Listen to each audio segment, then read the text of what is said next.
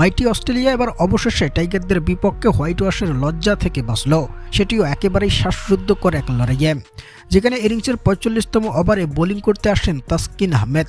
আর এ সময় ৩৬ বলে ৩০ রানের প্রয়োজন ছিল অস্ট্রেলিয়ার, কিন্তু সেই ওভারে তাসকিন দিয়ে বসেন ২১ রান। ফলে ম্যাচটা একেবারেই বের করে নিয়েই গেছিল যেন অজি ব্যাটাররা। তবে তার পরের ওভারেই বোলিং করতে আসেন শরীফুল ইসলাম, আর এসেই তিনি পরপর ২ বলে ২ উইকেট তুলে নেন।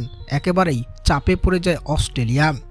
এবং ইনিংসের ৪৬তম ওভারে যখন জয়ের জন্য অজিদের প্রয়োজন হয় ২১ বলে ৮ রান, তখন সে সময় ঘটে গেছে আরও বড় নাটকীয়তা।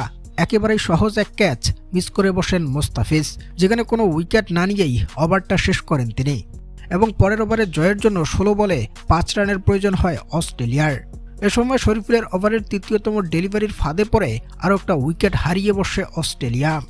এবং ৪৭তম ওভারে মোট ৮ উইকেটের পতন হয়ে যায় তাদের, যেখানে ১ উইকেট নিয়ে কোনো রান খরচ করা ছাড়াই ওভারটা শেষ করেন শরীফুল। এবং ইনিংসের ৪৮তম ওভারে যখন মোট ১২ বলে ৫ রান প্রয়োজন অজিদের, তখন তাদের সর্বোচ্চ রান স্কোরার কুপার কর্নেলের উইকেটটা তুলে নেন ফিজ। আর ম্যাচ পড়ে যায় একেবারেই রোমাঞ্চকর এক লড়াইয়ে, কারণ সে সময় ৯ উইকেটের পতন হয়ে যায় অজিদের। আর কর্নেলের উইকেট হওয়াটা দেখে একেবারেই সাইড বেঞ্চে তার সতীর্থরা যেন কেঁদেই ফেললেন, যেখানে এরপর শেষ ওভারে মাত্র ৪ রান প্রয়োজন ছিল অস্ট্রেলিয়ার, আর টাইগারদের প্রয়োজন ছিল মাত্র একটা উইকেট।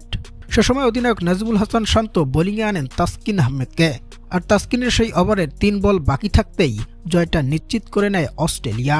দীর্ঘ ২১ বছর পর প্রথম ওয়ানডেতে পরাজয় বরণ করে নেওয়ার পর সিরিজটাও ছিনিয়ে নিয়েছে টাইগাররা। এবার প্রথমবারের মতো হোয়াইট ওয়াশ হওয়ার লজ্জার রেকর্ডটাতেও যোগ হয়ে যেতে পারত অজিদের নাম। তবে যে বোলিং লাইনের কবলে পড়েছে অজি ব্যাটাররা, আর শেষ ম্যাচটাতেও যেভাবে চাপে ফেলেছে তাদের ফিজ, তাসকিন ও শরীফুলরা, তাতেই বাংলাদেশকে তো অস্ট্রেলিয়া মনে রাখবে বহুকাল ধরে।